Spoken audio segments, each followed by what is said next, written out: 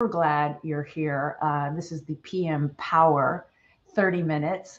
I'm president of your leadership lab. Today, we are going to go over managing your toughest customers. So this is for all of, these are the advanced tips. These are the advanced of advanced tips. So we all know how to be project managers, program managers. We all know how to be successful. That's why we're here today. Is we're going into really the toughest of the toughest customers. And so I've been a project manager, program manager, team leader for years and years. And so I just wanted to dive into really those super crunchy moments that you can have with your customers, you know, those thick, heavy, tough customers that throw darts at you, throw spears at you. They make it so you can't sleep at night. Let's dive into those situations. And so what I want to do is I want you to be able to walk away with really good strategies. My purpose today is giving you strategies that you can use immediately. So, you know, everybody's in a little bit different situation in your career. So probably not every strategy I give you today is going to hit a home run, but my hope is that you're going to walk away from this call, walk away from this event with at least one strategy that you can start using immediately to help you manage your toughest customers. Also, just help you up level your career and your success that you're having with your program. So I want to make this a really safe place for learning. So thank you, everyone, for being here. Thank you for using the chat box. I see you writing already, so wonderful to see you here. I just want to say, by making it a safe place, what I mean by that is that if you recognize somebody, their name or their face, or, let's just keep it safe right here. So if, they say something about a tough customer and you know who that customer is, don't send them an email or, saying, hey, is that customer still being a pain in the neck? So what happens on this event stays in this event. Okay, that's what I mean by let's make it safe. And my one ground rule is that this is not a place to complain. This is not a place to complain. It's a place to learn and share. So that's what I mean by making it safe. Okay, and I do want to do a shout out to Lee Lambert. He's super sorry that he won't be able to join us today. He's going to miss. He has schedule conflicts. Imagine that. I guess everybody has schedule conflicts, so that's okay. It's okay. I've got some strategies that I want to share with you today. So the format is I'm going to share. I really have 3 types of customers that were really, really difficult for me. You probably have the same type of customer. And so I want to do a little bit of a deep dive into those customers and give you the best of the best strategies that helped me and helped others. And so I hope they'll help you too. So I'm going to talk a little bit and give strategies and stories. That's what I'm going to talk about. And then if we go over 30 minutes, I'm happy to stay a few minutes afterwards and take some questions. I probably won't be able to take all questions, and just, please understand that I would love to stay here all day long and take questions and answer them. But I'm not able to do that with my calendar. So I'll take a few questions, and I do always like that, the question and answer period after I speak. And just know that this call is being recorded. This event's being recorded. And so I'm going to post the recording up on my webpage, Sherry Thomas. You can go to my my LinkedIn. You can go to my LinkedIn page after this. Give me like 24, maybe 48 hours to post it. I'll send out a notification when it's ready. And do me a favor, if you can share it with your community, that would be great, because I just think it's really good information, a really safe place for project managers, program managers, and team leaders to come to. Okay, so let's go ahead. Let's dive in. I want to share a first story with you, and welcome to everybody. I'm super glad you're here, and I wish I was in San Diego, California right now. I always vacation in San Diego, California, so I know how beautiful and gorgeous it is out there.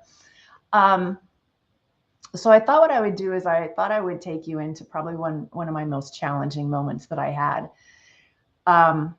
as a program manager. So I was in a Fortune 100 high-tech company, which is highly stressful, highly competitive. And the situation was this. The situation was there was an internal customer, and he was coming over to IT to get a project team, a program together to launch a tool, build a tool and launch it on our SAP platform. So he came over, got a team from IT. And the situation was this. So the first project manager worked with the team a few months, got to the go, no-go decision. And that customer gave him the no. And that project manager was removed from the project, and he was removed from the company. So a second project manager came in, worked with that team in IT for a few months, got to the go, no-go decision. That second project manager got the no. He was removed from the project. He was removed from the company. And now my manager wanted me to come in and lead the team. And, I get goosebumps now because I just really thought I had so many things going through my head. I did not want that project. It was high profile, high risk. I even became a little bit paranoid for a few minutes. I thought, does my manager, not want me to be successful? But he said to me the one thing that got me on board. And that is, he said, look, Sherry, you're the only person on our team that can take on this project and get the go. I know that. And when I heard him say that, I thought, man, game on, because I'm just a really highly competitive person. So I went into that team pretty terrified because I didn't know anything about SAP. That was my first SAP project. And so I interviewed all of the technical leads. They were all men. I was the only woman.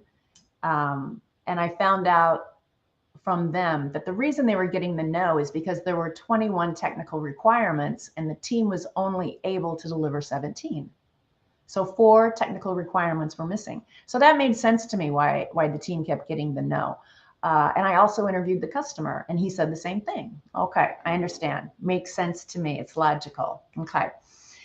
So I worked with the team. We got 2 more technical requirements. So now we're up to 19 of the 21 technical requirements that we could deliver, but we're still 2 technical requirements short.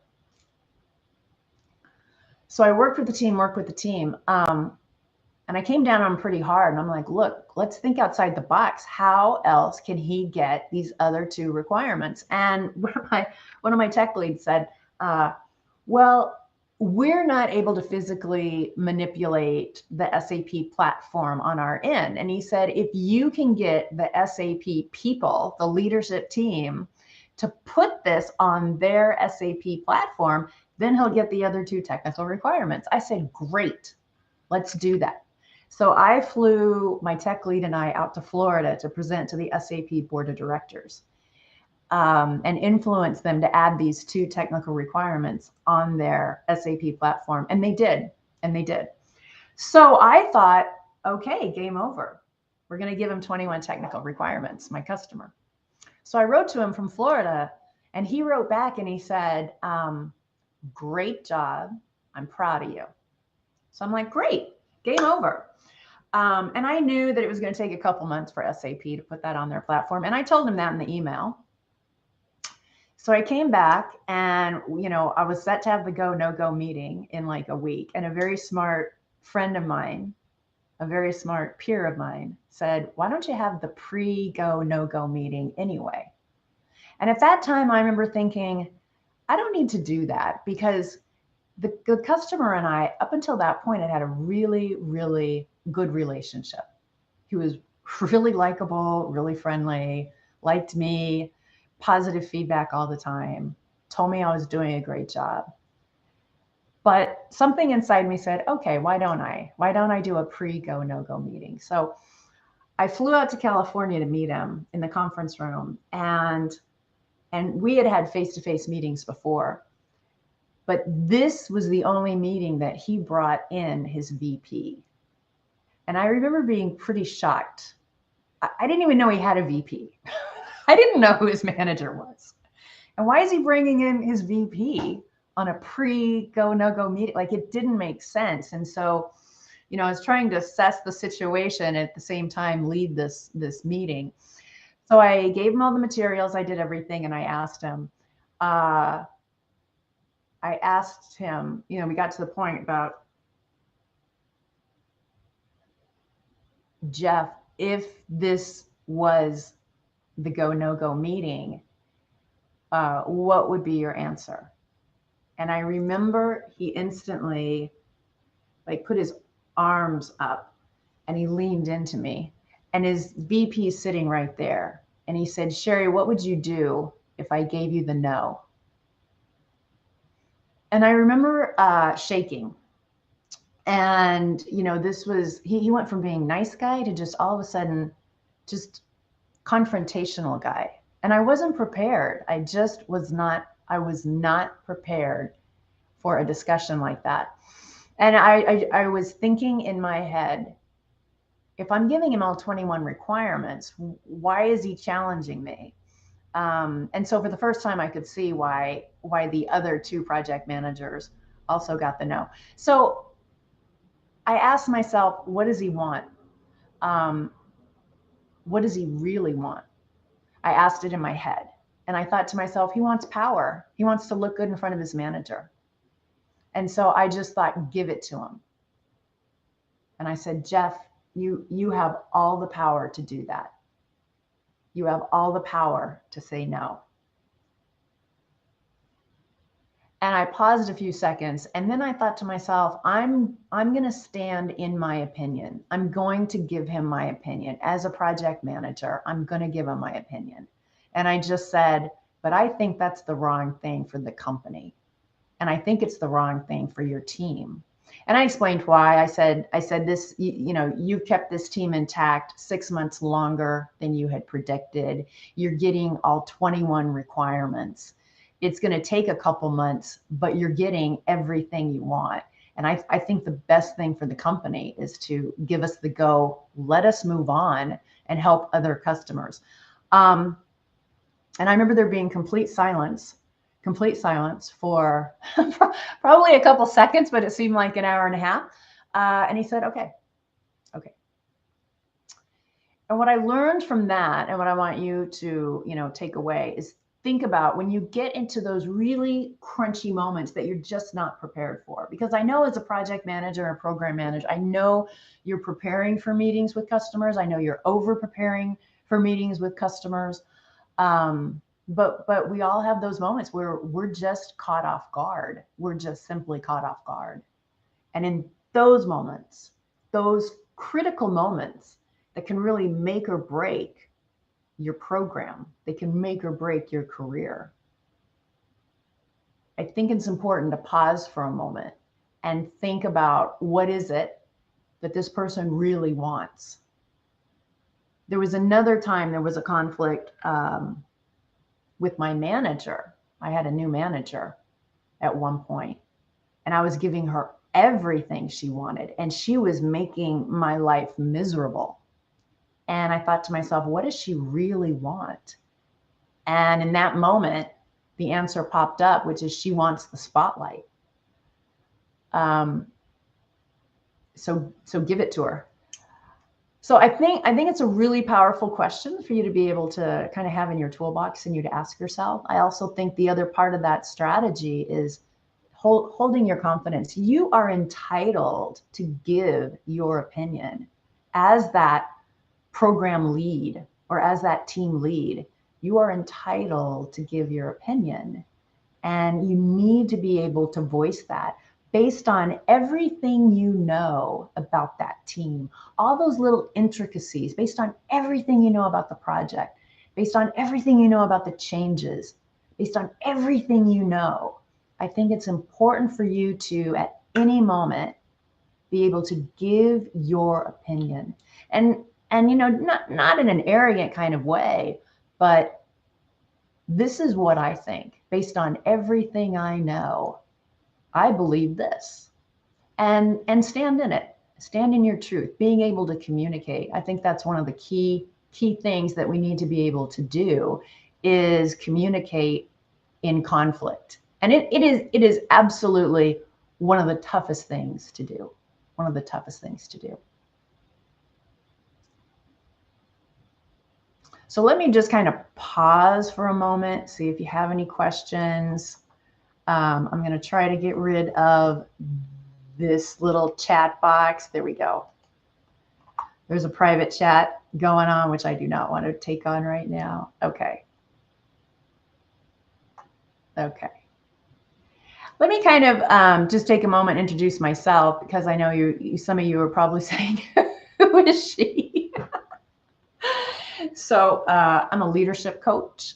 I've been a project manager, program manager, team leader for years and years. I spent 20 years inside a high-tech Fortune 100 company, kind of weaving around in my career. And now I'm a leadership coach. And a lot of people say, well, what does that mean? And so what that means is that for the last 4 years, really for the last 8 years, inside that company, I was working with different kinds of managers and leaders and directors and VPs, helping them build their career. And so a lot of it has to do with communications and holding your confidence and finding your voice, those kinds of things. Being able to be a better influencer, that's what I coach on. I have a free giveaway on my website every day. Today, if you're interested, I'm giving away the personal leadership career scorecard. So you can grab that today if you're interested. That's at yourleadershiplab.com, yourleadershiplab.com. I've written a couple books.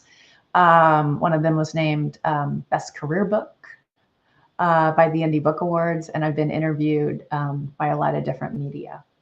So.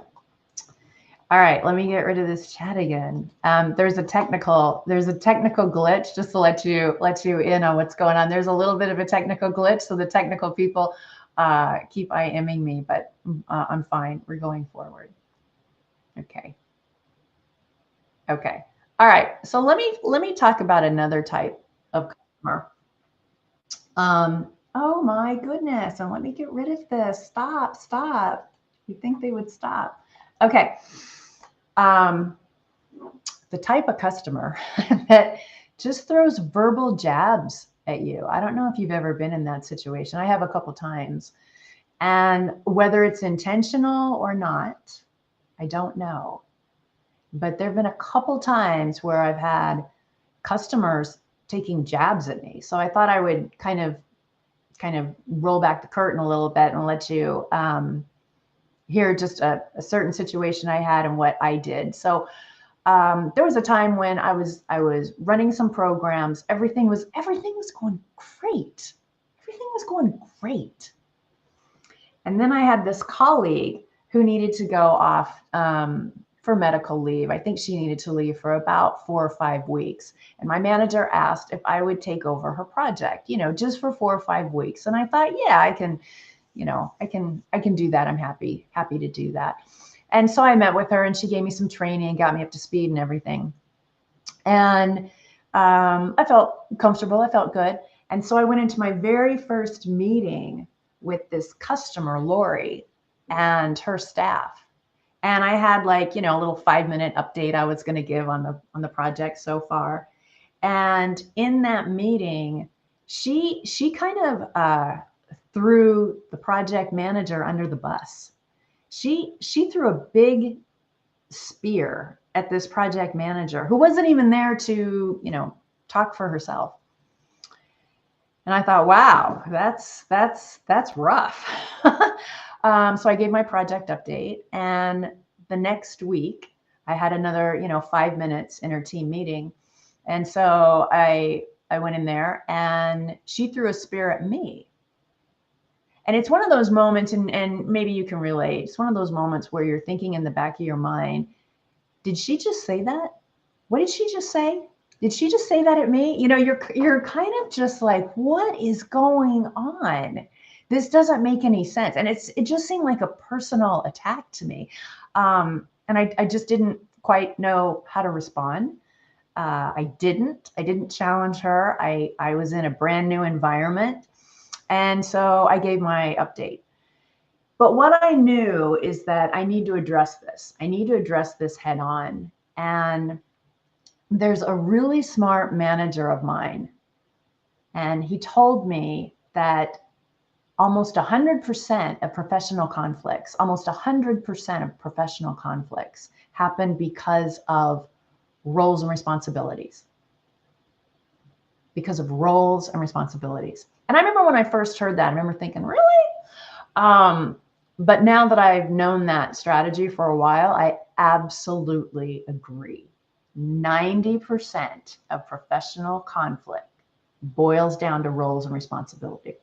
So with Lori, I knew I needed to do something. Whenever there's conflict, I go straight to the person and I ask for a meeting and I tell them why. So I wrote to Lori after that meeting and I said, Lori, I would really appreciate sitting down with you and discussing. And I wrote the phrase, and I can't remember it now. I don't know what it was, but I wrote the phrase that she used in the meeting so that I was being direct in letting her know I heard her and I want to talk about that. So I said, I'd like to talk about what you said. And I said, whatever it was that, you know, I'm lame or my team's lame or whatever she said. And I wrote, and I'd like to understand more about your frustration.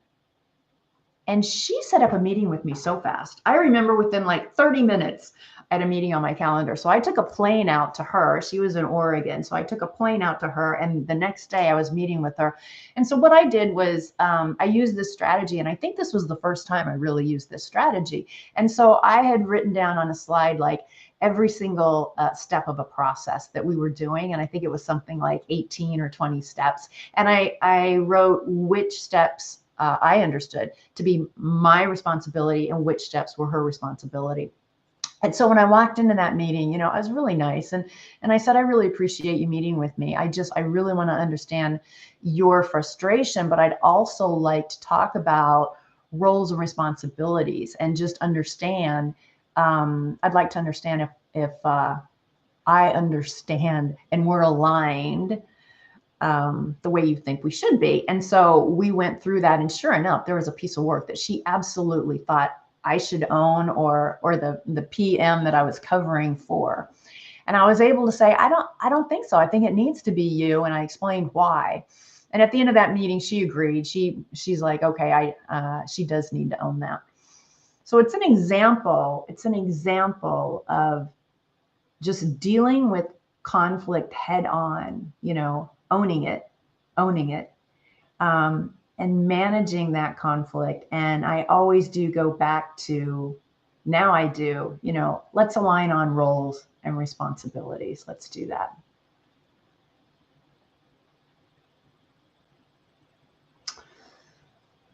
Okay, let's take a breath. Next story I have, but before I go there, I feel like I should just open it up, see if any questions. Feel free to open up the chat box if you have a question. I'm in Arizona, so I need water. It's pretty dry here, so. Okay.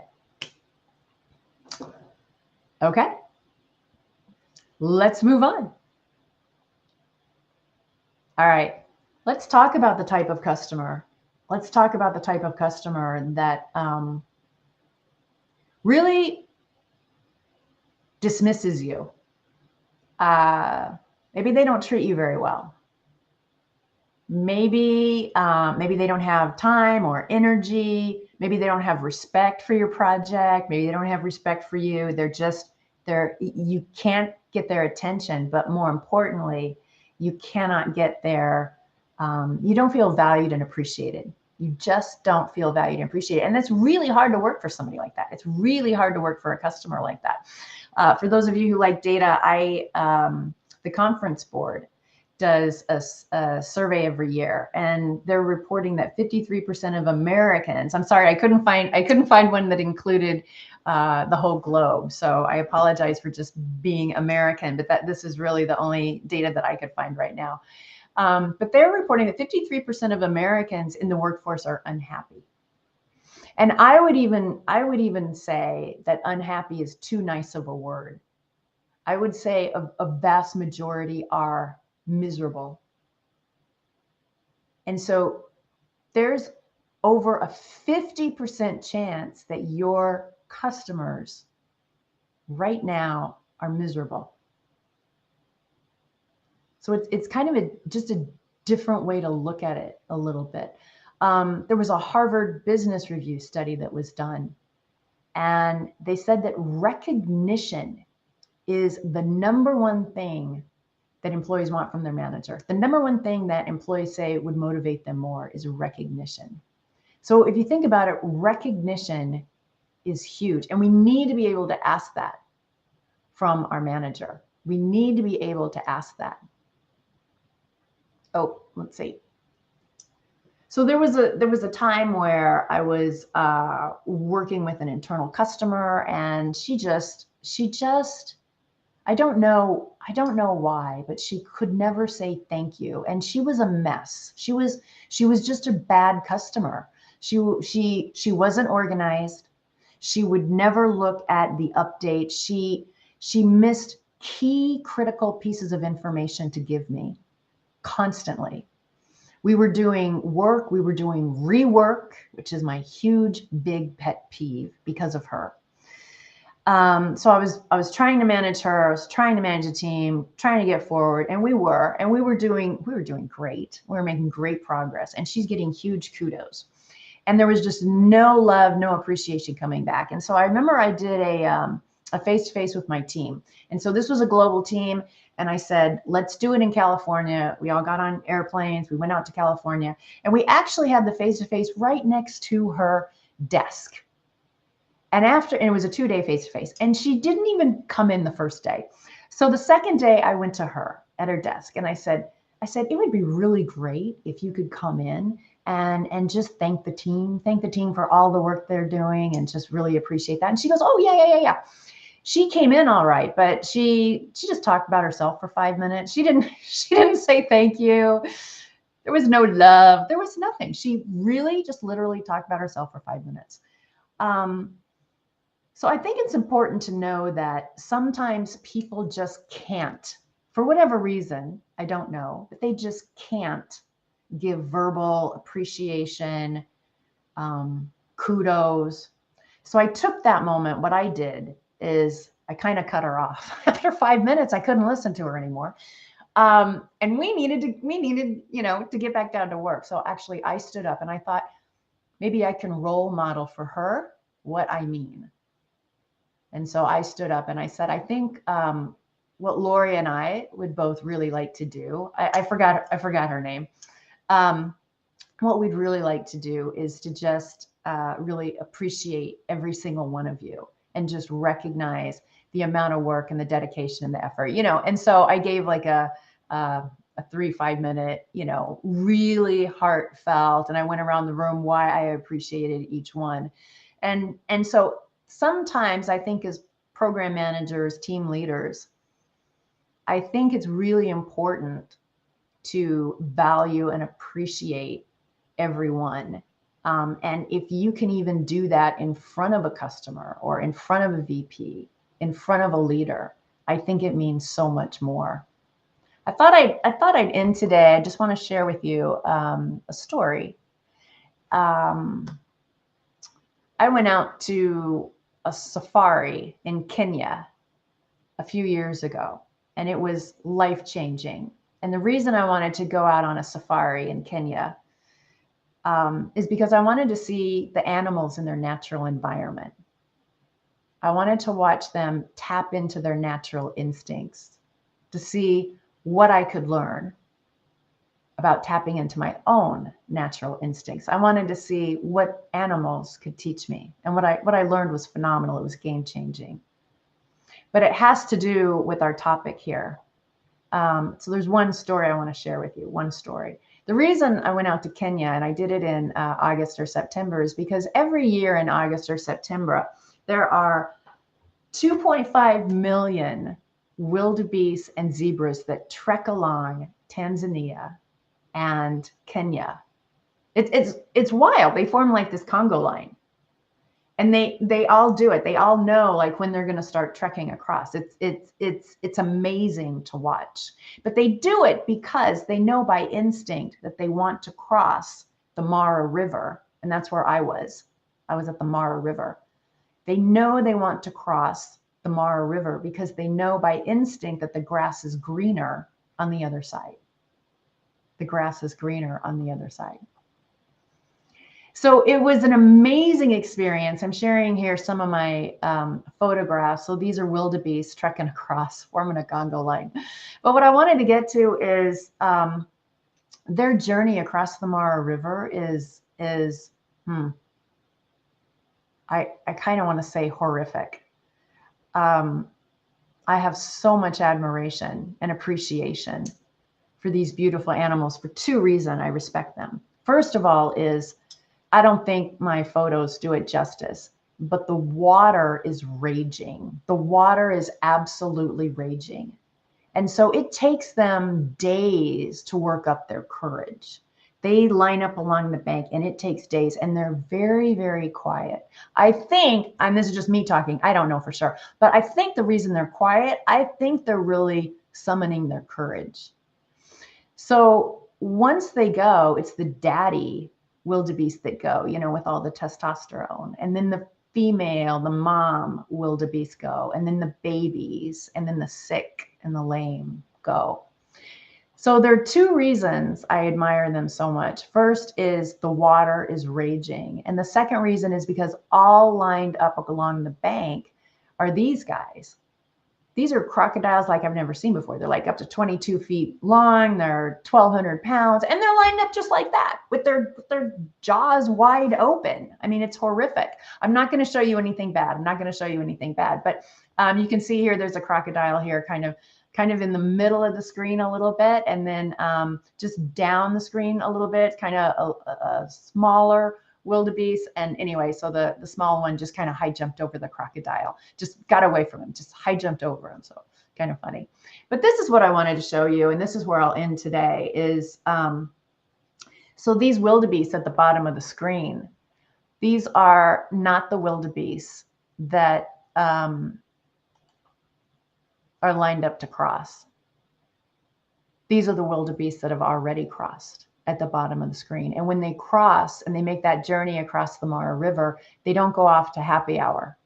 They don't high five each other. They line up along the bank and they start calling out to their buddies across. They're saying, you can do this. You've got this. The grass really is greener on the other side. It was a really beautiful moment. And it taught me so much. It taught me that being a leader, being a project manager, a program manager, team leader, we have to give some verbal recognition. We have to appreciate. We have to make sure everybody crosses the Mara River. So many times we're so fast to get our projects done and then go on to the next one.